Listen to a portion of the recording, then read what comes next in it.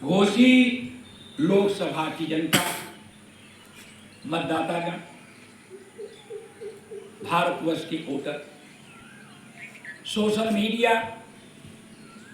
WhatsApp, Facebook पर मुझे सुन रही जनता, भारतीय रेल दलित मजदूर एसोसिएशन के पदाधिकारीगण, अंबेडकर सेवक समिति के कार्यकर्ता पदाधिकारी, आप सभी लोगों को नमस्कार। आप जिस तन मन धन से मुझे जिताने के लिए क्षेत्र में लगे हैं, उसके लिए मैं सभी को अपने हृदय की गहराइयों से अभिनंदन करता हूं और नमस्कार करता हूं। रही बात, जैसा कि आप जानते हैं कि घोसी लोकसभा का चुनाव मैं निर्दल प्रत्याशी के रूप में लड़ रहा हूं और मेरा चुनाव निशान कोट है, जो पहनकर आपके सामने आया। आपने सभी को वक्त दिया। मैं गांव का रहने वाला हूं। जो भी मेरी सोशल मीडिया पर और इंटरनेट पर हमारी बात को सुन रहे हैं, आपसे आग्रह है, निवेदन है कि मैं लोकल हूं, हार जीत के आपके पास ही मैं रहूंगा।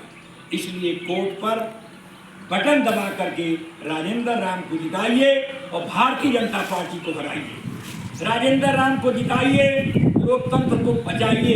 राजेंद्र राम को जिताइए, आरक्षण को बचाइए। इसलिए ए हिंदुस्तान के दलित, ए घोसी के दलित, ए हिंदुस्तान के मुसलमानों, आदिवासियों, अल्पसंख्यकों, ओबीसी के लोग, ए राजेंद्र राम आपसे आग्रह करता है कि देश संकट से गुजर रहा है। यदि मोदी सरकार नहीं हारी, बीजेपी नहीं हारी, आरएसएस नहीं हारी, तो फिर दलितों को, मुसलमानों को गुलामी की जिंदगी जीनी पड़ेगी। आपकी आजादी, आपके अधिकार जो डॉक्टर भीमराव अंबेडकर ने संविधान में लिखा, उस संविधान को बदलने की, खत्म करने की साजिश है। इसलिए भारतीय जनता पार्टी 400 सीटों का नारा लगा रही है। 400 सीटों का माने 2/3 से बहुमत यदि लोकसभा में आई तो संविधान नहीं बचेगा और बाबा साहब का लिखा हुआ, जो अंबेडकर का लिखा हुआ जो आरक्षण है, वो भी बचेगा नहीं। वैसे आरक्षण आधा खत्म हो गया है, आधा है। निजीकरण, सरकारी प्रतिष्ठानों का निजीकरण होने से आरक्षण खत्म हो गया। अग्निवीर स्कीम को लेके आई, जो आर्मी में, एयरफोर्स में, नेवी में 60 साल के बाद में सेवानिवृत्त होता था, आज वो 4 साल की नौकरी दे रहे हैं। युवा बेरोजगार हैं।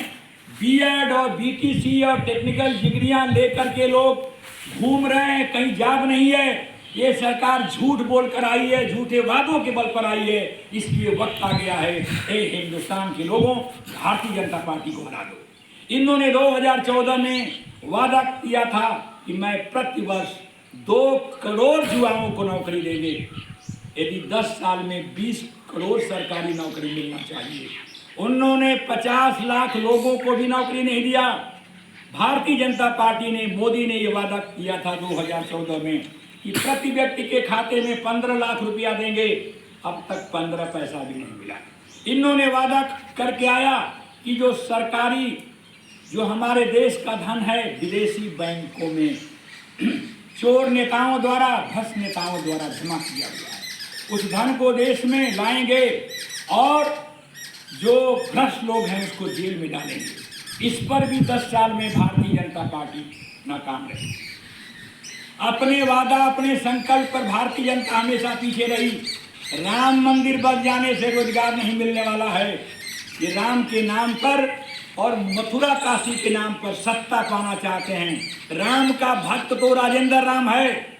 जब स्कूल में पढ़ने गया कक्षा 1 में, तो उसके नाम के आगे राम लिख दिया गया।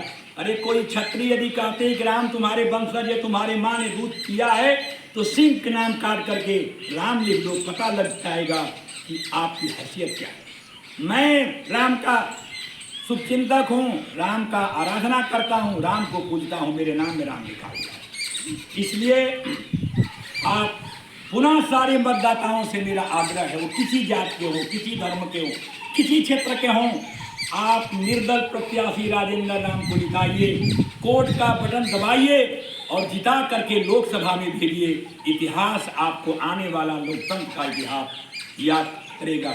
इससे सुंदर अवसर नहीं मिल सकता है। और यदि भारतीय जनता पार्टी हारी और मैं जीता तो मैं इंडिया गठबंधन का अंग बन सकता हूं, मैं रेल मंत्री भी बन सकता हूं और रेल मंत्री बनने के बाद लाखों युवाओं को, अपने क्षेत्र के लोगों को हम नौकरी देंगे। यदि मैं खुदा न खास्ता जीता, यदि आपके सहयोग से, तो रेल मंत्री बनना मेरा तय है, क्योंकि रेल प्रशासन को रन करने का अनुभव मेरे पास 35 साल का है।